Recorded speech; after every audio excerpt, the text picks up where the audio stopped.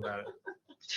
Good morning, ladies and gentlemen. I'm going to just turn on this other video for just a second. So the top thing is what it's going to be in the picture. That is correct. That is correct. And so we've got here, wonderful. We've got Tony Pellegrini here. We've got Joel Judd and Kim Mendenhall here today talking to us about evidence-based learning strategies. So we're going to turn the time over to them and have a conversation about what you're learning and doing. Please go right ahead, guys. Hi, I'm Joel Judd. I'm Kim Mendenhall. And we just wanted to share basically two messages today. One is that there is a scientific basis for a lot of the things that we do and that we ask students to do when it comes to teaching and learning. And then to give you some indication of a couple of really good sources for finding out how those principles apply to specific subject matter, as well as some institutional aspects as well, such as higher education. So the title that you see on the slide here alludes to the fact that, once again, some of the things that have been done in the past, sometimes in the far past, are still relevant today. So I wanted to start out with something that I did this semester after attending a meeting that was a summary of a lot of the current cognitive science findings about learning. And that is to ask my students in educational psychology, after we had talked about some of the evidence-based learning strategies, the kinds of things they typically did when they studied. And so I asked them, first of all, how many of you do something like reread a passage or highlight key words or passages when you're reading a text? I expected a little more than this, but surprisingly only about 1/3 of the class raised their hand, indicating that they did one or both of these two things. What I asked them next was, if you did that, how many of you took that information and created some sort of simple self-test on that information? And none of them raised their hands at that point.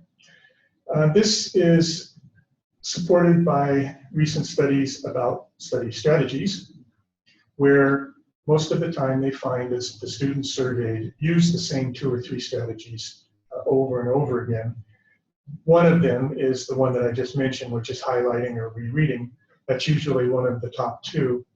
And few, if any, students indicate that they try to test themselves by creating some sort of practice information based on what they need to learn. Recently, there was a meta-analysis done by a group of cognitive scientists that looked at 10 of the most common study strategies that are used. And if you look on the left, the 10 strategies are listed there. If you look on the right, there are the 5 strategies that they found the least evidence for as being effective strategies, particularly across different subject matters. And you'll notice that 2 or 3 of those are ones that are often mentioned by students when you ask them, so how did you practice studying that material? And it may in fact be strategies that we use as well. There's certainly ones that I've used in the past that I continue to use. And so what they found in terms of the most effective strategies were 2, and they were both related to self-practice. One is retrieval practice, or in other words, practice testing, probably the one that we least want to do as a learner. But what they found was that when information was put into the context of a practice test, such as in flashcards, and this test was a low-stakes test, that is, it was not given by the teacher for a grade, but it was done by the learner for the learner on their own, that was the most effective way of actually memorizing information. That is the kind of information that lends itself to memorization, and we'll get to that point in a second. The other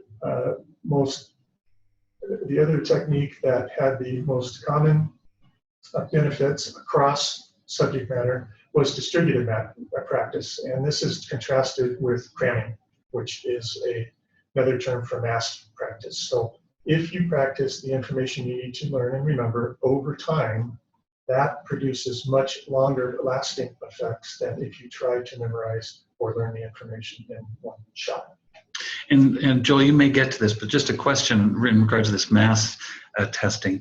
Any perception on your part about maybe semester length, an 8-week semester or a 15-week semester, as far as distributing that over amount of time?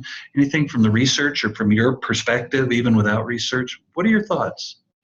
They have been pretty deliberate about looking at different time configurations, as well as do you learn 1 or 3 or 5 things at a time to mastery before you move on and add additional things. So they've looked at different ways of addressing how much time do I have to learn this, how often should I do this given this amount of time, given this amount of information, how should I divvy it up, and so on. But a lot of it is the answer that students don't like, and that is it depends. First of all, of course, it depends on learning, because some people pick up things immediately and remember them. The other it depends is the instructor. And so part of the message from this work is that you need to know your content and what it is you're trying to get students to understand well enough, so that if they are having a difficult time, you know how to kind of divvy it up and suggest to them how to go about spreading out the practice and the learning so that it's most effective. Thank so it's you. not a very specific answer. No, that's a It great. depends very much on, is this a chemistry class, or is this a literacy course, or what the content is. Thank you. That's great. So, well, some of that may have sounded like, well, yeah, I already know that. The other thing that cognitive science has been shedding light on the last few years, especially, is that it's, in a sense, it's that simple, but it's also not that simple. So if you look at this little continuum here that goes from surface to deep to transfer, this is sort of the cognitive view of learning. We typically start out with surface acquisition of vocabulary and terms and maybe principles. And that information is fine as far as it goes, but if we don't do anything else with it, it will typically not stick, and it will not be interrelated in ways that make sense to us later on when we need to use that information. So to help it make sense, we need to do things with it that are meaningful, and that leads to that deep consolidation, that creation of schemas where the principles and the concepts are interrelated in ways that are useful to us when we need that information. And then the holy grail, of course, is that those concepts become transferable, that we can take what we've learned in one context and transfer it to another. And that's what happens when that surface information becomes abstractly understood to us, so that we can use those abstract concepts in other contexts. So because of that continuum, it's not as simple as just saying, use flashcards and spread out the practice over time and you'll learn this material. What we're finding is that, for example, if you want to make surface learning more effective and efficient, that distributed practice technique is very effective. However, if you want that surface learning to become deep learning, then we need to start elaborating on that information. For example, doing more with it than just remembering what the capital of Utah is. And then if we want that information to transfer, then we need to start having the students do things like classifying and categorizing and manipulating that information. And they have to do this manipulation. That's not something the teacher can do. The teacher can model that. Until a student does it, it doesn't become meaningful and permanent. Can I give you just a short example of, I work with teachers who are trying to be principals, and they have to pass this praxis leadership test at the end. Some can pass the first time. Some struggle and need a time or two to do it. What I found works the best is to give them a review guide, which we have up in the office. Say to them, go home, and it's multiple choice questions, sample questions. Go home, take 15 minutes before you go to bed, lie in your bed with your sweetheart, put your book in front of you and have her or him quiz you on those questions. And like you mentioned here, go explain in depth why you chose A for that response. They pass it after with doing that every time, because I think, as you mentioned, they distribute that over time, and then they try to go deeper to explain why they chose A instead of C for that particular answer. Right. And from, it's like an example that I see every semester, at the end of the semester, they are to write a report on something they have learned, which is brand new to them over the course of the semester. And in that report, they're asked to apply principles from an information processing model to their experience. Several months or several weeks before that, we learn what that information processing model is, and I give them a visual way of committing it to memory. So they close their eyes and I walk them through the model and help them do that. And then I tell them, if you will do this one more time after class, if you will do it again tonight before you go to bed, if you'll do it again in the morning, and then periodically thereafter, whenever you feel that some of these components are starting to fade from memory, if you'll do it again, and that may be once every 3 or 4 days, and then maybe once a week, that will stay in your memory, and you'll be able to use that to reflect on your experiences. And I can tell the ones who have done that from the ones who have not in those reports, because they're very clear about this aspect of my experience had to do with moving the information from working memory to long-term memory, or with reducing the load on my working memory and all these other things from those who are just kind of flying by the seat of their pants and having to go back and what was this component and what did it mean and how did it apply to That practical experience is so critical, isn't it? So a lot of this continuum is also the novice expert continuum as well. So expertise one hallmark of expertise is the ability to transfer what you have learned to a completely new situation. And in many respects, in higher ed especially, that's what we're aiming for with students, even if we don't always make it explicit. We hope that they will take this foundational knowledge about math and science and sociology and psychology and all those kinds of things and be able to use that in novel situations and in novel ways. And they can't do that if they haven't developed that surface and that deep. So I can tell my son in Math 1050 what you're learning there. We hope at some point you're going to be able to transfer into whatever job you choose to use that in the future. Right, that's part of the relevance conversation. So if we know these things and we have evidence that they work, one of the questions of course is, so why don't we do them? And there's typically 3 reasons. One is that the less effective strategies are easier. It's easier to pull out a pen and highlight stuff because it looks like you're doing something and you're being productive. And that's certainly easier than stopping and saying, now what's the principle that the author is trying to explain here? What do I need to remember from that?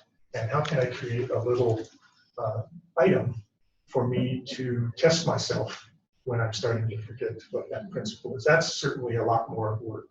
Of course, the argument is that in the long run, that will be more productive, but we tend to cognitively want to take the easy road if we can get away with it. The second one is that in many respects, especially in K-12, the focus is still on the content. And that's partly because that's what gets tested. And it's easier to test discrete knowledge than it is to test meaningful integrated knowledge. And so because of that, a lot of what we teach and expect students to learn is basically content.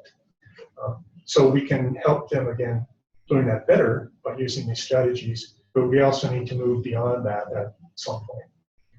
And then the third one is that as instructors, we often feel the pressure of time, and we need to get through this material. Content. Yeah. We need to get to this point by the end of the semester. And so if a student is struggling and we see that they don't use effective strategies, it's hard sometimes for us to step out and say, I just don't have the time to sit down with someone and say, why don't you try dealing with the information this way? So one of the solutions to that is to begin to integrate those strategies in with the presentation of the content and kind of kill 2 birds with 1 stone rather than seeing learning strategies as an add-on separate piece to that. And then the other thing is, in the case of things like flashcards, technology comes to the rescue. There are some great simple apps where you can create your own flashcards. You can make them as simple as 4 language vocabulary words or as complex as applying an algebraic theorem to a particular kind of formula. You can have those on your mobile device and sit there, and whenever you've got a minute, you can practice what it is you want to learn. So The takeaway message for me from this work then is that many, if not most students, are probably using ineffective strategies at some point or another. If that's the case, we as instructors may need to model how to use those strategies effectively in the content and in the expectations that we have for them. And furthermore, and this is where the things get more complex, we need to discern what strategies are most appropriate at which stage in that continuum of. Come on in, sit down wherever you're comfortable, guys. Oh. Sorry, things are happening off. That is just fine. Are we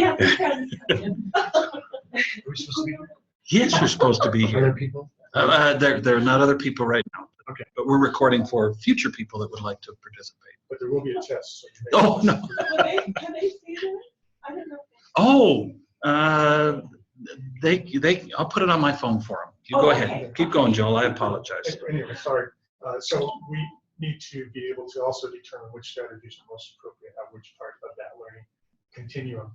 And that is what's also called the metacognitive piece. And that's something we hope learners will be able to develop so that they can determine at a given point in time where they can step back and ask themselves, and what is what I'm doing being the most helpful to me at this particular time. One of the conclusions from that study that was mentioned earlier is the quote that you see here, and it's appropriate both to K-12 and higher education, and that is that students who do well early on in school when learning is relatively lockstep and supervised by a teacher often struggle later when they're expected to regulate their own learning, such as in high school and in college. So the other piece about. Give me just 1 second. Let me stop my speakers here. Give me just 1 second. Because it's just going to get us a little bit of feedback. Here's your presentation. There you go. Before I turn this over to Kim, is we wanted to show you a couple of places that are good for getting the type of information and evidence that we've been alluding to. There's a very nice government-funded clearinghouse called the What Works Clearinghouse, and the web site is there. The URL is there for you. This is a clearinghouse that does two things. It provides both content information as well as institutional information. So you could look up, for example, math, best practices for math, or best practices for social studies, or you could look up information about things like K-12 or higher education. Among other things, each of those areas tells you what's being measured. It tells you the studies that they have looked at that they consider to fit the rigor needed to provide evidence about that area, and a summative report. Just to give you a higher ed example, on that site, there are only 6 studies that meet their criterion for looking at first-year experience courses. And this is something that many institutions nowadays have, and sometimes they spend quite a bit of time and effort in those. In these 6 studies, there were quite a few students involved, about 22,500. But the verdict from looking at a meta-analysis of those studies is that those programs are potentially positive. So this is just a quick example of something that's become widespread. It's popular. Certainly students, the anecdotal evidence shows that students benefit from it and instructors benefit from it.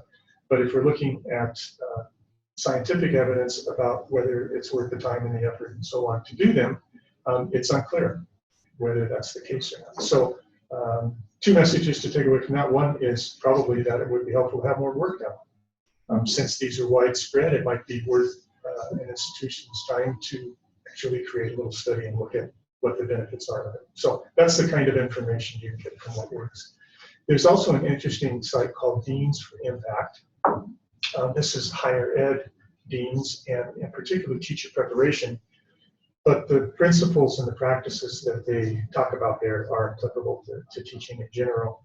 And the other nice thing is that their working papers are all free to download. So for example, if you want a nice up-to-date summary on the science of learning, that's available there, and you can download it and use it. So with that, I'll turn the time over to him. All right. Well, I appreciate Joel's scientific background because I come more from the practitioner background, and I have one of my mentors here, Tony Sage. I worked with Tony how many years ago? 15-ish Yeah. more. Oh my goodness.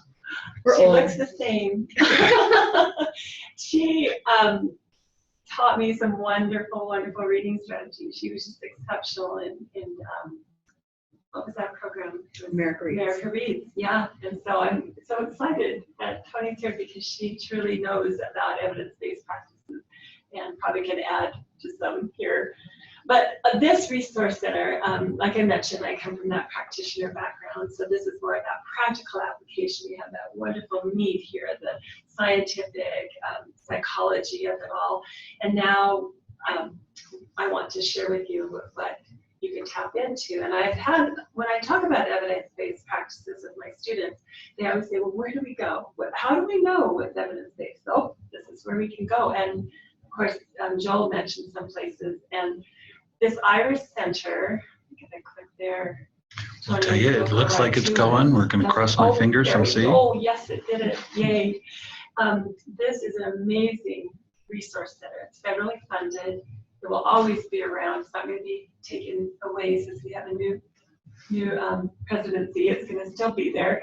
And it has some amazing resources for a variety of things. But I want to draw you to the evidence-based practice summaries.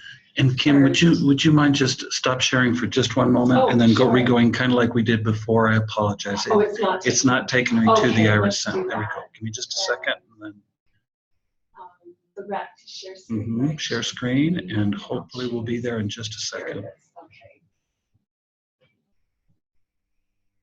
It says it's coming, so there we are. Ta-da! Okay, Yes, good. wonderful. Thank you. All right.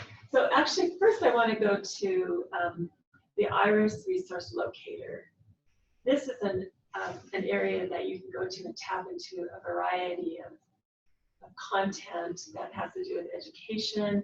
This was actually developed initially for the field of special education, but they've branched out into all of education. So if I go to the content instruction, you look at modules, they have some amazing tutorials where they'll have a lot of researchers in the field that give little snippets of information, just has a variety of things. There's 3 modules about evidence-based practices. This one is identifying and selecting a practice or program. Then you go into implementing that, so that's the implementation, and then that evaluating the learner outcomes and fidelity. So it kind of follows that thread, that transfer, that practice and transfer piece. And so the way that these work, I'll go into just this first one. It's in a star format, and it goes into a challenge where they start you thinking about this particular content. Then it gives you some initial thoughts that move you into the meat of it, which is the perspectives and resources. And these are all aligned with the standards through the Council for Exceptional Children, but also in other areas too. And this one talks about what is an EDP. So this particular one would give somebody that overview of what is this all about, and why do we need to have evidence-based practices, other than it is by law, as if we look at Every Student Succeeds Act and Individual with Disability Education Act. They all, in the law, it states that we have to be using evidence-based. Kim, one thing I really like with this is it goes back to what Joel was mentioning earlier. We start with a vocabulary, that's a place to start with.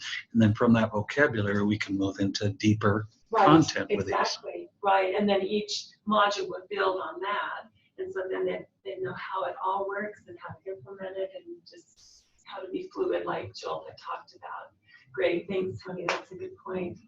So just to go back briefly, when we started talking about where to go, right here they have evidence-based practice summaries. So if you click on there, then you're going to have it in all these areas. So if you, for example, if we were to look at content instruction, this is Joel did a beautiful job talking about that.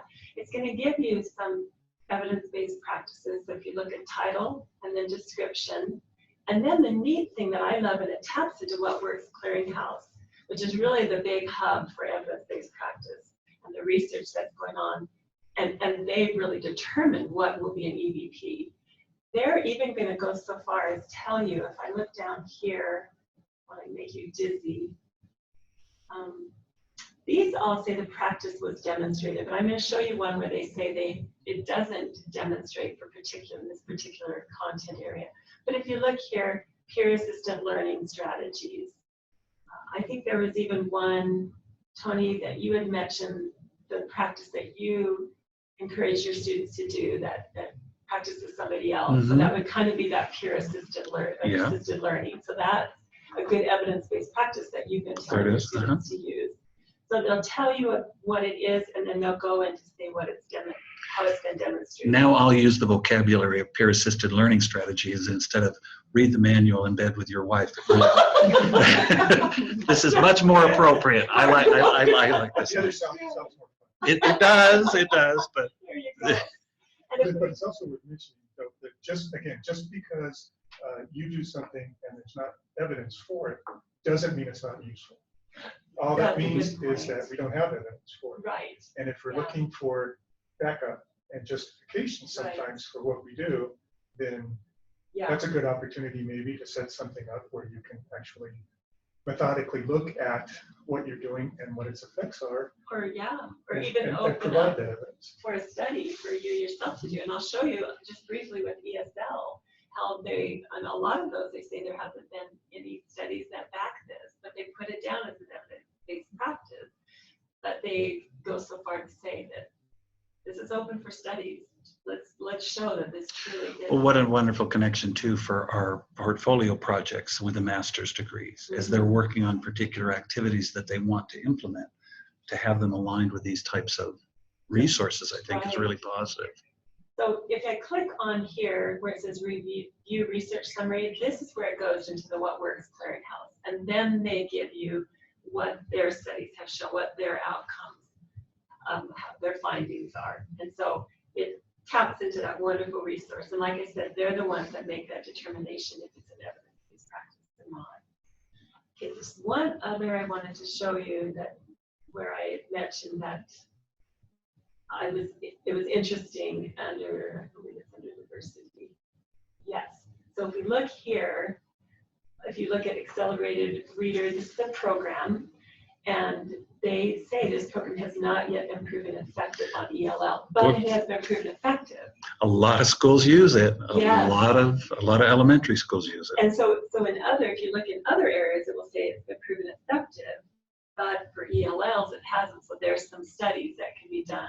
But they did put that under that diversity evidence-based practice to be used. But I think it's interesting how they make sure that they state that it is evidence-based, but in particular populations or in content areas, we haven't had enough studies done to make it an EVP for that particular population. Does that make sense? Yes. Okay. So I love the layout of this. This is a wonderful place to go for any educator, the students as well. My students all get into these modules and are very familiar with where they can go to get these evidence-based practice summaries so that they can use them as teachers or as students too. Whether we're at the university level or at the elementary school level, you can tap into this and get some great support. So that was my piece. I just wanted to show the practical side of it. We got the scientific and then the practical to where you can actually go and find and learn more about evidence-based. Oh, dun, dun, dun, dun. Dancing is not required. It is encouraged. That's right. Great presentation, guys. I appreciate you coming and sharing. Any questions or concerns or not concerns? Question. Did I do okay, Tony? You did beautifully. You do way Both more of you of did a beautifully. than I do, to be honest. I didn't want to get a PhD in this. Oh, she already has all the knowledge. She didn't even.